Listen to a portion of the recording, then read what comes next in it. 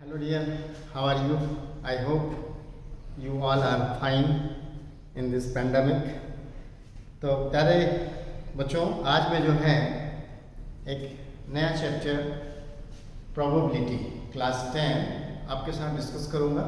तो सबसे पहले मैं जो है आपको जो प्रीवियस क्लासेस में आपने पढ़ा हुआ है उसको रिकॉल करूंगा। ओके, तो रिकॉल में हमने जो 9th क्लास में प्रोबेबिलिटी पढ़ी थी, एक्चुअली वो थी empirical probability. Empirical probability means trial based. समझ में आया? जैसे आपके पास कॉइन है, अब इस कॉइन को आपने 1000 टाइम टॉस किया। सपोज कर लीजिए कि हेड जो है 400 टाइम्स आया आपके पास और टेल जो है 600 टाइम्स। अब आपसे बोला जाए कि getting probability getting head, probability getting head. तो इसमें मतलब in favour how many trials are there? 400 and total how many trials? 1000। तो इस तरह से जो इसको सॉल्व किया आपने, तो ये आ जाएगा आपके पास 2 2 ज़ा 4 एंड 2 5 ज़ा 10 मीन्स 2/5। इसको सॉल्व करते हैं तो 0.4। इसकी प्रोबेबिलिटी कितनी हुई यहाँ पे? बट यही कोई एक्सपेरिमेंट और कोई कर रहा है तो जरूरी नहीं है कि उसको नेक्स्ट टाइम जो है आपका फ्रेंड यदि इस एक्सपेरिमेंट को कर रहा है तो उसके लिए हेड 400 ही है, मे बी हेड, क्योंकि आपको मालूम है कि जो कॉइन है यदि फेयर कॉइन को आप टॉस करते हैं तो एक्चुअली हेड और टेल दोनों का आना इक्वली लाइकली है। ठीक, आप एट ए टाइम जो है ये प्रेडिक्ट नहीं कर सकते कि इस टाइम पे क्या आएगा या इस टाइम पे क्या आएगा। समझ रहे हैं ना आप?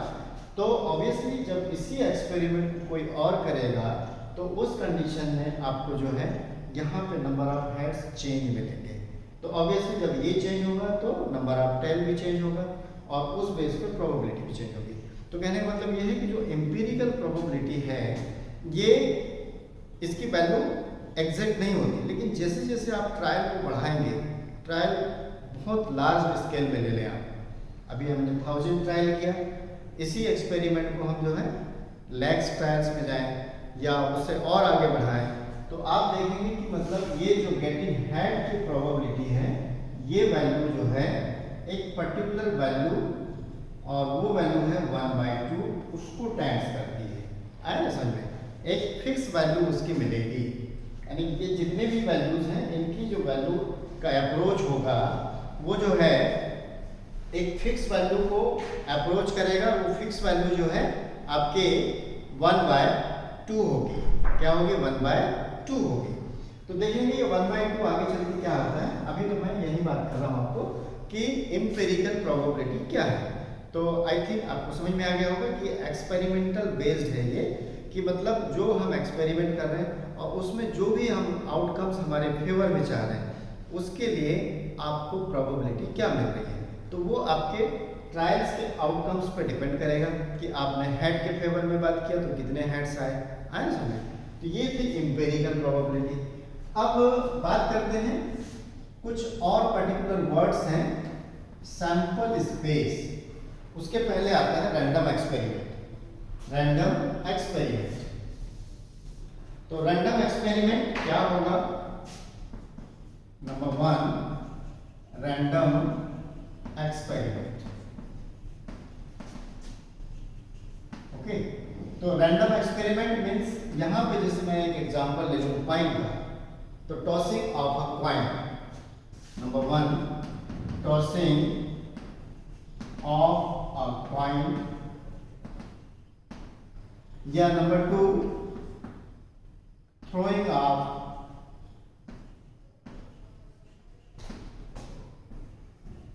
डाई को थ्रो कर रहे हैं, या number 3 from a pack of drawn a card from drawn a card from pack of 52 playing cards.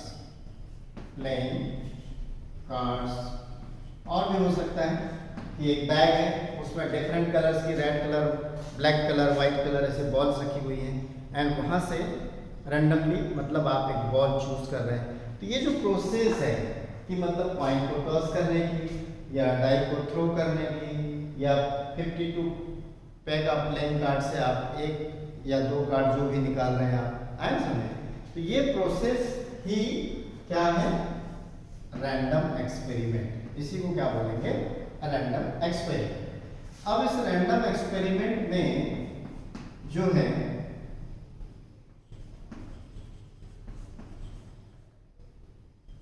हम बात करेंगे आउटकम्स की, ठीक, कि एक पर्टिकुलर रैंडम एक्सपेरिमेंट में आउटकम क्या हो सकते हैं। तो जैसे मैंने कॉइन की बात किया था, कॉइन में पॉसिबिलिटी या तो हेड आएगा या टेल आएगा, ठीक है ना। यदि हम डाई की बात करते हैं तो डाई के हमारे पास आउटकम्स क्या है, 1 2 3 4 5 एंड 6, ठीक है।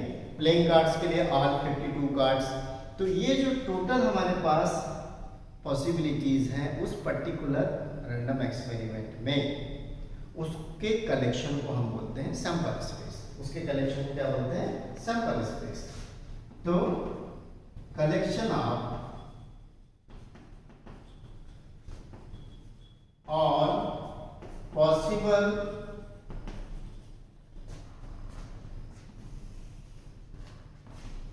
outcomes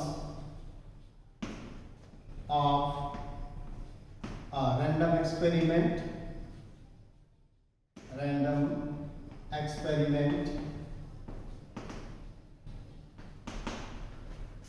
is called sample space okay. And एक पर्टिकुलर जो एक्सपेरिमेंट होगा आपका उसमें जो पॉसिबिलिटीज हो सकती हैं एट ए टाइम क्या आ रहा है, this is not important, but what we have to total possibilities. तो obviously for coin head and tail, for die number 1 to 6। तो for example for a coin,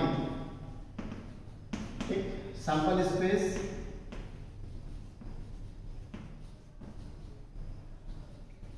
is equal to, for head हमने H ले लिया और for tell T ले लिया, तो ये उसका सैंपल स्पेस हो गया। ऐसे आगे चलते हैं, आप फॉर 2 कॉइन्स बात करें, आप 2 कॉइन्स, तो इसमें क्या हो सकता है सैंपल स्पेस, मैं SP लिख दे रहा हूँ, सॉरी पूरे लिख देता हूँ, सैंपल स्पेस। तो ये आ जाएगा आपके पास, या तो दोनों कॉइन में आपको पहली बार हेड मिल रहा है या किसी एक में हेड, तो ये 2 प्रकार से हो सकता है, या फिर दोनों में टेल। तो इस तरह से ये इसका सैंपल स्पेस हो गया। और भी आप देखिए फॉर अ डाई, तो इसमें सैंपल स्पेस क्या हो जाएगा, sample space is equal to 1 2 3 4 5 and 6। तो आई थिंक आपको समझ में आ रहा होगा कि what is sample space. Actually sample space is the collection of all possible outcomes for a random experiment. अब वो सैंपल स्पेस अलग अलग जो रैंडम एक्सपेरिमेंट होंगे उसके लिए डिफरेंट होगा, तो ये ध्यान रखिएगा। Then next is the event.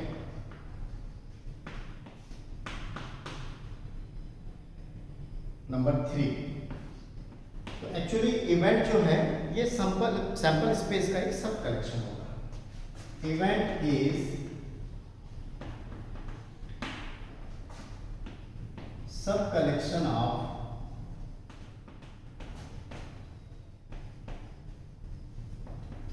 Sample space, okay. जैसे for a die sample space S ले लिया, तो ये आ जाएगा 1 2 3 4 5 एंड 6, ये तो टोटल आउटकम्स हो गए। अब यहाँ से मतलब हम इवेंट डेवलप कर रहे हैं। इवेंट बोल दिया गया getting odd numbers, getting odd numbers. तो ऑब्वियसली गेटिंग ऑड नंबर्स में आपको क्या मिलेगा, 1, 3 एंड 5, 1, 3 एंड 5। तो this is the event and in general it is represented by E. इसको हम ई से रिप्रेजेंट करेंगे। तो ये ध्यान रखिए, ये क्या हो गया आपका इवेंट हो गया। ओके, उसके बाद number 4 elementary event. Elementary event, तो एक्चुअली एलिमेंट्री इवेंट जो है, जो भी कोई सैंपल स्पेस हो हमारे पास, इसी को लेते हैं for a die sample space. आपके पास है S is equal to 1, 2, 3, 4, 5 and 6। अब इसमें इसके इंडिविजुअल जो है हमारे पास 6 इसमें एलिमेंट्स हैं या 6 नंबर्स हैं।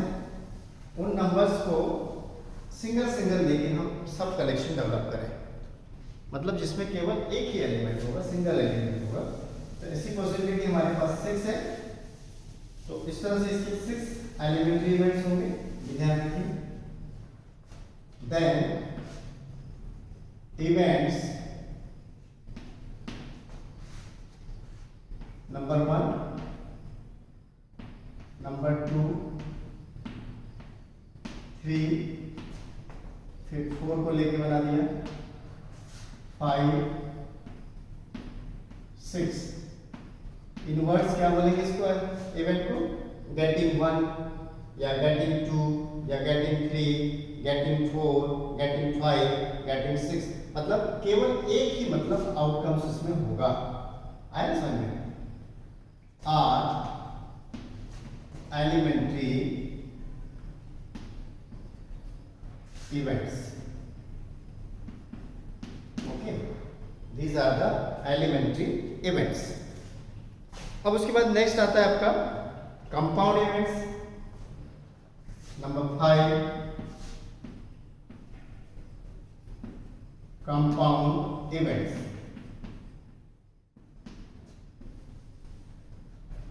तो event has more than one outcomes, जिसमें एक से ज्यादा आउटकम्स होंगे, is called compound event।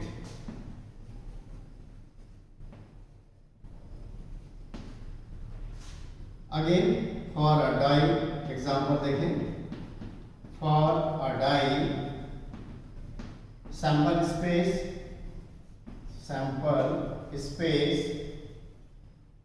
S is equal to आपके पास क्या है, 1, 2, 3, 4, 5 एंड 6। ओके, तो यहां से हमने इवेंट ले लिया getting even number, getting even number. Obviously क्या होगा, 2, 4 एंड 6।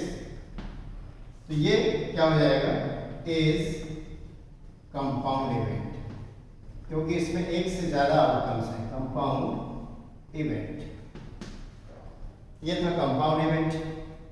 इसके बाद नेक्स्ट आता है impossible event.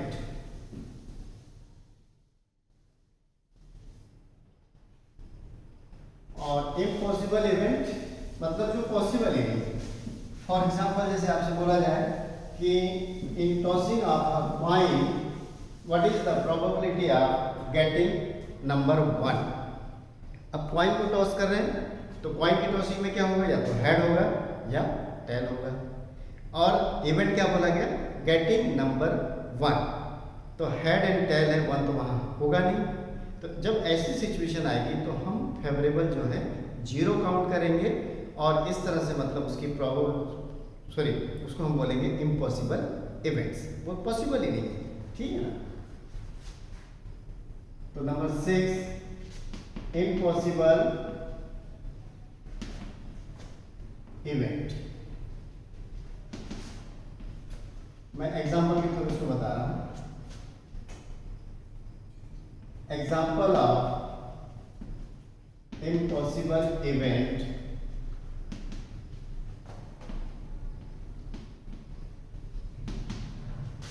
is getting number 2 in tossing of a coin, है ना। कॉइन की टॉसिंग में आपको 2 आने की प्रोबेबिलिटी या उसकी पॉसिबिलिटी डिस्कस करने के लिए बोला जाए तो ये उस कंडीशन में इम्पॉसिबल होगा। ठीक, आगे इनकी प्रोबेबिलिटी की बात करेंगे जब हम प्रोबेबिलिटी को समझ लेंगे तो उसके बाद। तो ये आ गया इम्पॉसिबल इवेंट। नंबर 7 नेक्स्ट जो है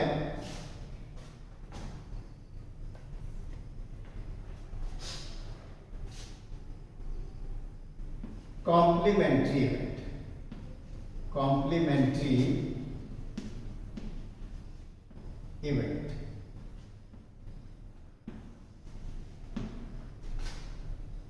फॉर अ डाई।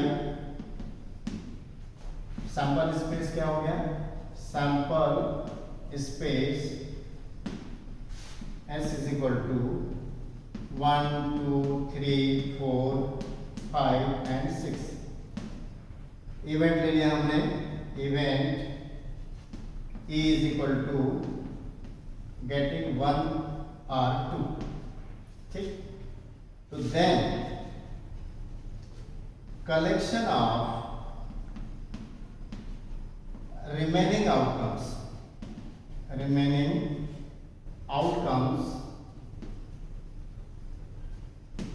कौन कौन से बच गए आपके पास? 3 4 5 6। 3 4 5 6 is called complementary event of E, है ना। जो रिमेनिंग का कलेक्शन होगा उसको बोलते हैं कॉम्प्लीमेंट्री। ये ध्यान रखिए।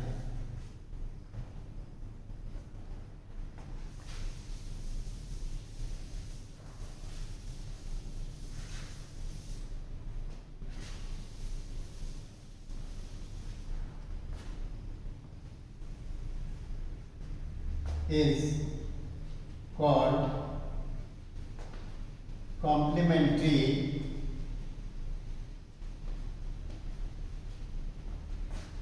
event of E and denoted by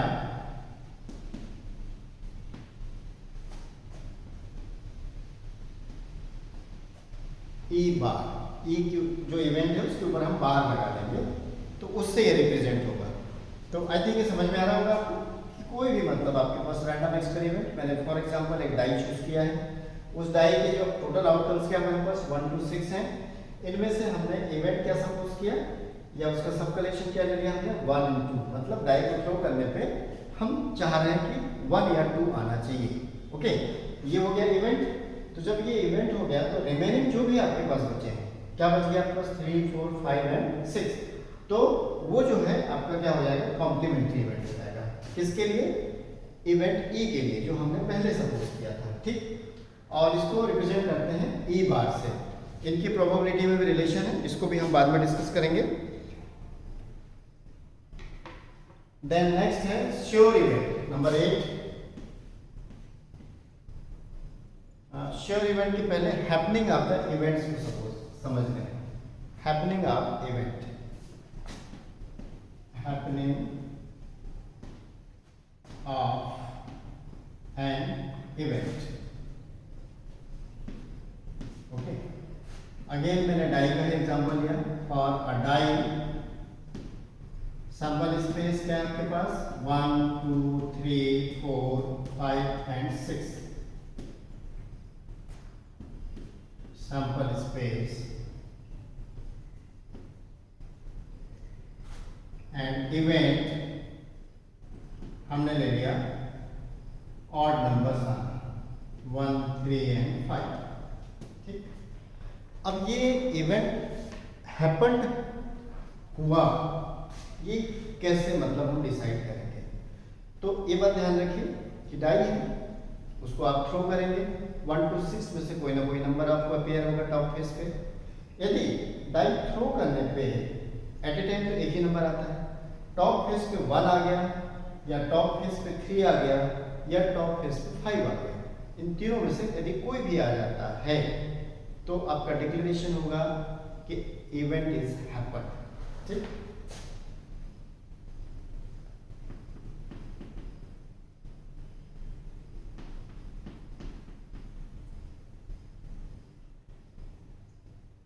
A is happened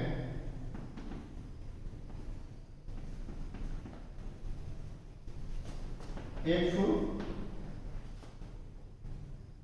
in throwing of die we get 1 or 3 or 5 in top face. Okay, और टॉप फेस पे यदि आपको जो इवेंट डिक्लेयर किया गया है उन्हीं में से यदि कोई नंबर आ रहा है, या तो 1 आना चाहिए, या 3 आना चाहिए, या 5 आना चाहिए, तो आपका डिक्लेरेशन होगा कि इवेंट इज हैपेंड या ऑकरेंस ऑफ इवेंट, ये भी इसको बोलते हैं। तो ये था हैपनिंग ऑफ द इवेंट। अब नेक्स्ट है श्योर इवेंट। तो श्योर इवेंट में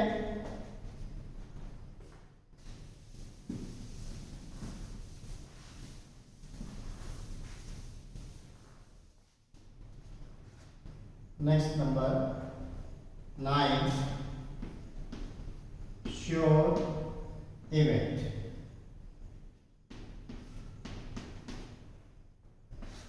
फॉर अ कॉइन, हमने कॉइन एग्जांपल ले लिया, सैंपल स्पेस क्या है आपके पास, S is equal to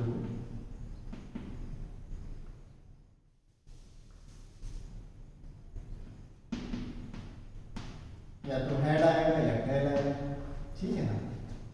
and event is equal to, हमने सैंपल स्पेस को ही ले लिया, किसको ले लिया, सैंपल स्पेस को। मतलब इन वर्ड्स उसको हम क्या बोलेंगे कि throwing of a die getting head और टेल। ठीक, दोनों में से कोई भी आ जाए। तो जब हेड या टेल यानी सैंपल स्पेस को ही हमने क्या ले लिया, इवेंट ले लिया। और मैंने अभी इसके पहले बताया था हैपनिंग ऑफ द इवेंट। तो अब जैसे आपने डाई को थ्रो किया, यदि डाई थ्रो करने पे टॉप फेस पे आपका 2 आ गया तो इवेंट इज नॉट हैपेंड, 3 आ गया तो इवेंट इज हैपेंड, 4 आ गया तो नॉट हैपेंड, 5 आ गया तो हैपेंड, 6 आ गया तो नॉट हैपेंड। ये कंडीशन चल रही। अब जब हम सैंपल स्पेस को ही इवेंट सपोज कर लेंगे तो ऑब्वियसली मतलब यहाँ पे सैंपल स्पेस जब इवेंट हो गया तो वो श्योरली हैपेंड होगा। क्यों होगा श्योरली? क्योंकि कॉइन में या तो हेड आएगा या टेल आएगा। हेड आता है तो भी हैपेंड है, टेल आता है तो भी हैपेंड है। ठीक, तो वही चीज यहाँ पे then it is surely happened and we say event is sure event. Okay, event is sure event. तो ये कुछ प्रोबेबिलिटी से रिलेटेड टर्मिनोलॉजी थी जो आपको मालूम होनी चाहिए। इसमें और भी एक चीज है, equally likely experiment, sorry outcomes, equally likely outcomes. तो एक चीज देखिए आप यहाँ पे जैसे कॉइन है, कॉइन को टॉस करते हैं तो दोनों हेड और टेल दोनों की आने की पॉसिबिलिटी या चांस, आपने छोटी क्लासेस में पढ़ा होगा चांस एंड प्रोबेबिलिटी। तो एक्चुअली चांस हम बोलते हैं कि 50-50% है, और उसी का जब हम न्यूमेरिकल रिप्रेजेंटेशन में आते हैं तो वो बन जाता है प्रोबेबिलिटी। है ना? तो एक क्वाइन है, क्वाइन को टॉस करेंगे तो दोनों मतलब हेड या टेल दोनों की जो चांस है वो बराबर हैं, मतलब वो इक्वली लाइकली है। Same thing for the die, हमारे पास डाई है तो डाई में 1 to 6 नंबर, इन 6 नंबर के आने की चांस बराबर हैं। आए ना समझ? तो ये भी क्या हो गया, इक्वली लाइकली आउटकम्स। तो ऐसे मतलब आउटकम्स जिनके आने के या हैपनिंग के, आए ना समझ में, सेम पॉसिबिलिटी होगी या चांस सेम होगा, तो उनको बोलते हैं equally likely outcomes. Number 10, equally likely outcomes. If happening of occurrence of करते हैं, happening की जगह occurrence of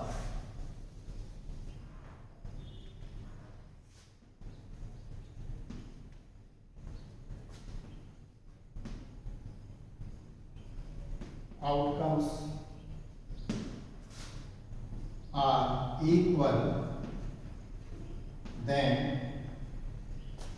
they are called equally likely outcomes।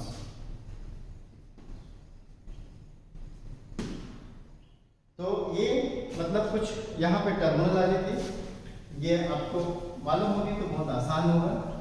अब मैं आगे बात करता हूँ कि जो प्रोबेबिलिटी है, हमने 9th क्लास में उस जो एम्पिरिकल प्रोबेबिलिटी देखा था वो एक्चुअली प्रैक्टिकल अप्रोच है।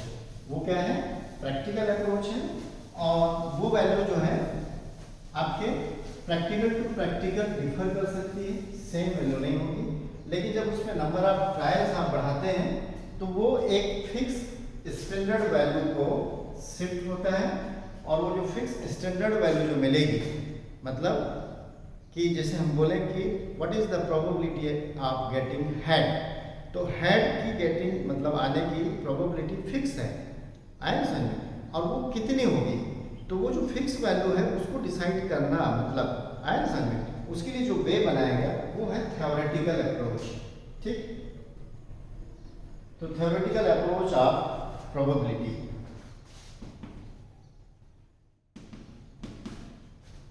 Approach of probability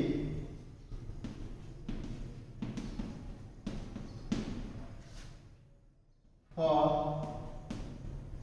event E,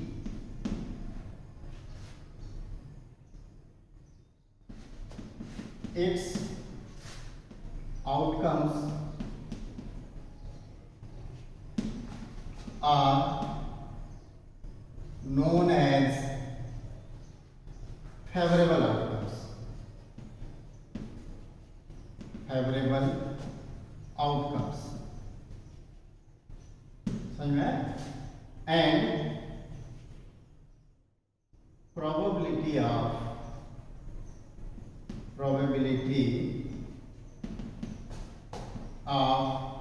happening of E denoted by PE, ऐसा लिखेंगे और इसको रीड क्या करेंगे? Probability of E, and is equal to PE is equal to outcomes in favor of E, जिसको हम favourable outcomes भी बोल सकते हैं। क्या बोल सकते हैं? Favourable outcomes. तो आउटकम्स इन फेवर ऑफ ई, मतलब ई में जो है वो उसके फेवर में, upon total outcomes in experiment. ठीक, एक्सपेरिमेंट जो भी पर्टिकुलर था उसमें टोटल आउटकम्स। तो ये इसकी प्रोबेबिलिटी होगी। जैसे मान लीजिए आपको इसका प्रोबेबिलिटी निकालना था, तो इन फेवर कितने एलिमेंट्स हो गए हमारे पास, ये आउटकम्स कितने हो गए 1 2 3 एंड टोटल कितने हैं 1 2 6 मतलब 6 है। तो 3/6 इसकी प्रोबेबिलिटी हो जाएगी। देखें आगे इसको,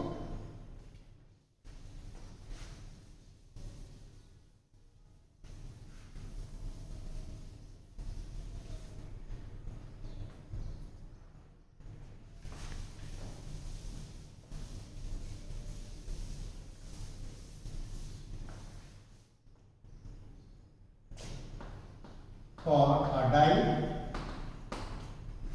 sample space S is equal to 1 2 3 4 5 6। तो टोटल आउटकम्स कितने हो गए, टोटल आउटकम्स 6 है आपके पास। सपोज कर लें let event is getting odd number 1 3 and 5। तो outcomes in favor comes in favor obviously 1 2 3 ठीक। तो probability of E is equal to outcomes in favor upon total means 1/2 means 1/2। तो इस तरह से मतलब आप प्रोबेबिलिटी को फाइंड आउट करेंगे। अब मैंने कुछ इवेंट्स पर्टिकुलर बताए थे आपको, तो देखिए उनके बारे में हम आगे देखते हैं।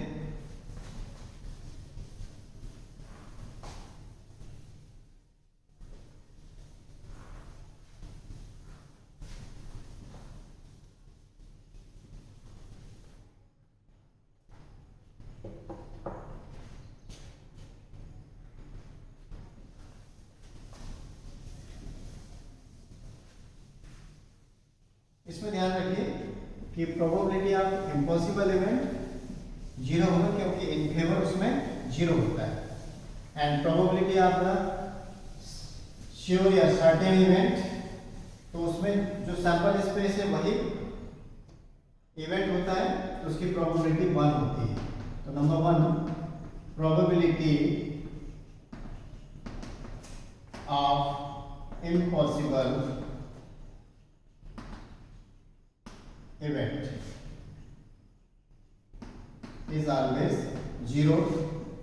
Number 2 probability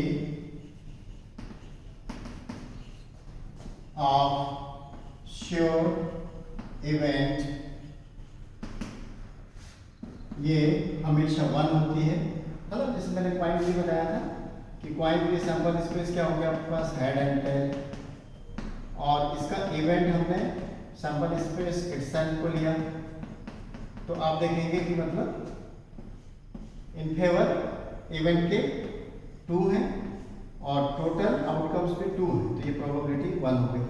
इसी में जैसे मैंने बताया था कि नंबर 2 यदि पॉइंट टॉस कर रहे हैं उस पर गेटिंग नंबर 2 की प्रोबेबिलिटी क्या होगी, तो 2 इनके फेवर में नहीं है, आया ना समझ में, लिखा तो जरूर है, लेकिन यहाँ पे इन फेवर क्या आ जाएगा 0 और 0/2 मीन्स आपको 0 मिल जाएगा। तो इस तरह से ध्यान रखिए कि probability of impossible event is 0, probability of sure event is 1। Number 3 probability of elementary events, तो ये रैंडम एक्सपेरिमेंट पे डिपेंड करता है। हमने ले लिया for a die sample space क्या हो गया 1 2 3 4 5 एंड 6। अब एलिमेंट्री इवेंट जो है इसके क्या बनेंगे, E1 सपोज कर लेते हैं गेटिंग 1, E2 ले लेते हैं गेटिंग 2, E3 ले लें गेटिंग 3,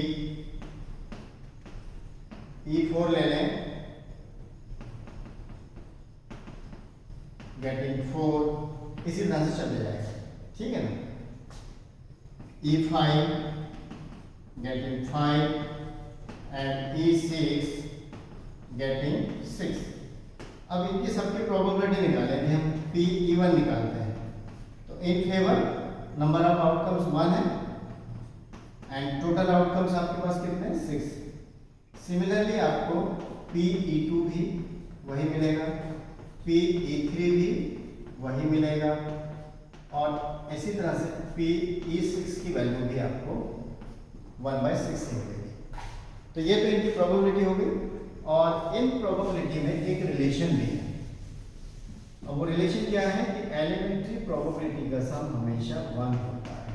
तो यहाँ पे 6 है तो PE1, PE2, PE3 plus PE4 plus PE5 plus PE6। अभी देखिए 1/, सबकी प्रोबेबिलिटी क्या है 1/6 है, 1/6 प्लस 1/6 प्लस 1/6 प्लस 1/6। अब इन सबको ऐड करेंगे, all are equal and 6 time तो 6/6 आ जाएगा और वैल्यू कितनी होगी। तो ये ध्यान रखिए कि sum of the probability of elementary event is always 1। Sum of probability of elementary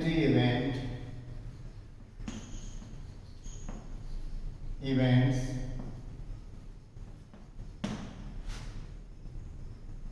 of any random experiment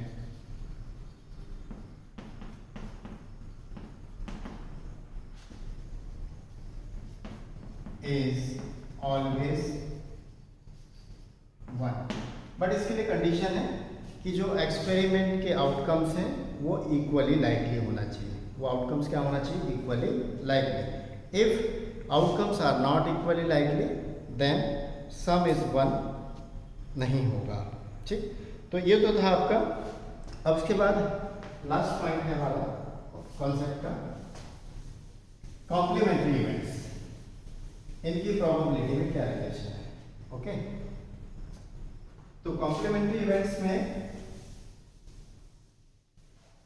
मैंने बताया था आपको कि कोई भी एक इवेंट ले लें तो रिमेनिंग का जो एक दूसरा इवेंट डेवलप हो जाता है वो कॉम्प्लीमेंट्री होता है। Probability of complementary event.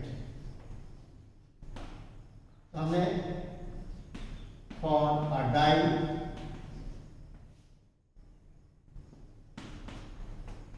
Sample space ले लिया 1 2 3 4 5 एंड 6।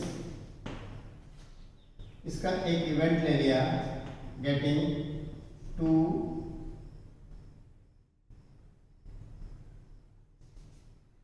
प्राइम नंबर ले लेते हैं तो 2 3 एंड 5। ओके, तो इसका ई बार क्या हो जाएगा कॉम्प्लीमेंट 1 4 एंड 6। ठीक, प्रोबेबिलिटी ऑफ ई कितना आ गया आपके पास इन फेवर 3 नंबर आउटकम्स है, टोटल आपके पास 6 है, 1/2 आ गया। उसके बाद पी ई बार निकालते हैं आप, इसमें भी इन फेवर में 3 है तो ये भी 1/2 आ गया। दिस इज द कोइंसिडेंट कि दोनों वैल्यू सेम है, ऐसा जरूरी नहीं है ये इक्वल हो। और ये ध्यान रखना है कि पी ई एंड उसका कॉम्प्लीमेंट इसकी प्रोबेबिलिटी आप इसको ऐड करेंगे तो हमेशा आपको फॉर एनी एक्सपेरिमेंट हमेशा आपको इक्वल मिलेगा। कि मतलब कोई भी इवेंट और उसके कॉम्प्लीमेंट्री इवेंट दोनों की प्रोबेबिलिटी का सम जो है ऑलवेज 1 होता है। तो एंड लास्ट पॉइंट यहाँ पे जो कंडीशंस दी गई थी उसके बेस पे हम बात करेंगे कि आप देख रहे हैं कि जो हमारे पास प्रोबेबिलिटी का फॉर्मूला है कि favourable outcomes upon total outcomes, favourable outcomes upon total outcomes. तो इसमें कहीं पे भी काउंटिंग नेगेटिव नहीं होती, तो ये ध्यान रखेंगे कि probability is never negative. Probability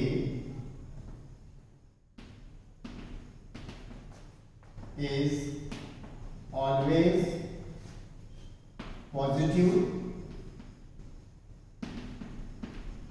and for any event E ये कम से कम 0 होगी और मैक्सिमम 1 होगी। और इसको हम परसेंट में डिक्लेयर कर सकते हैं। यदि किसी की प्रोबेबिलिटी 1/2 आ रही मतलब 50% हो गई, 1 आ रही तो 100% हो गई, लाइक दिस। तो इस तरह से मतलब जो है ये थ्योरी कॉन्सेप्ट पॉइंट जो थे प्रोबेबिलिटी से रिलेटेड मैंने आपके साथ डिस्कस किया, और इसी पे बेस्ड आपकी केवल इन 10th क्लास एक ही एक्सरसाइज है जिसके क्वेश्चंस यदि आपने ये पूरा कॉन्सेप्ट आपको समझ में आया होगा जो मैंने बताया तो पूरे क्वेश्चन आसान है। तो नेक्स्ट वीडियो में मैं इनके क्वेश्चंस आपके साथ डिस्कस करूंगा।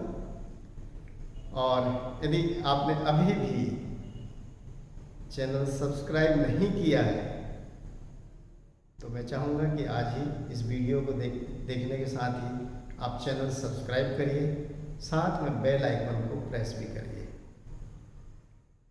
तो आपको नए वीडियोस के नोटिफिकेशन मिलते रहेंगे। तो dear friend, one more thing, starting में मैंने अपने वीडियोस ओनली फॉर किड्स करके अपलोड किए हुए थे और उस कंडीशन में नोटिफिकेशन नहीं आते हैं। तो उस पीरियड में मेरे जो भी फॉलोअर्स यदि सब्सक्राइब किए थे और उनको आज भी मतलब नोटिफिकेशन नहीं मिल रहे हैं तो उनसे रिक्वेस्ट है कि वो पहले अनसब्सक्राइब करें और उसके बाद फिर सब्सक्राइब करें और फिर बेल आइकन को प्रेस करें तो उनको भी नोटिफिकेशन मिलने लगे। तो okay, thank you, all the best.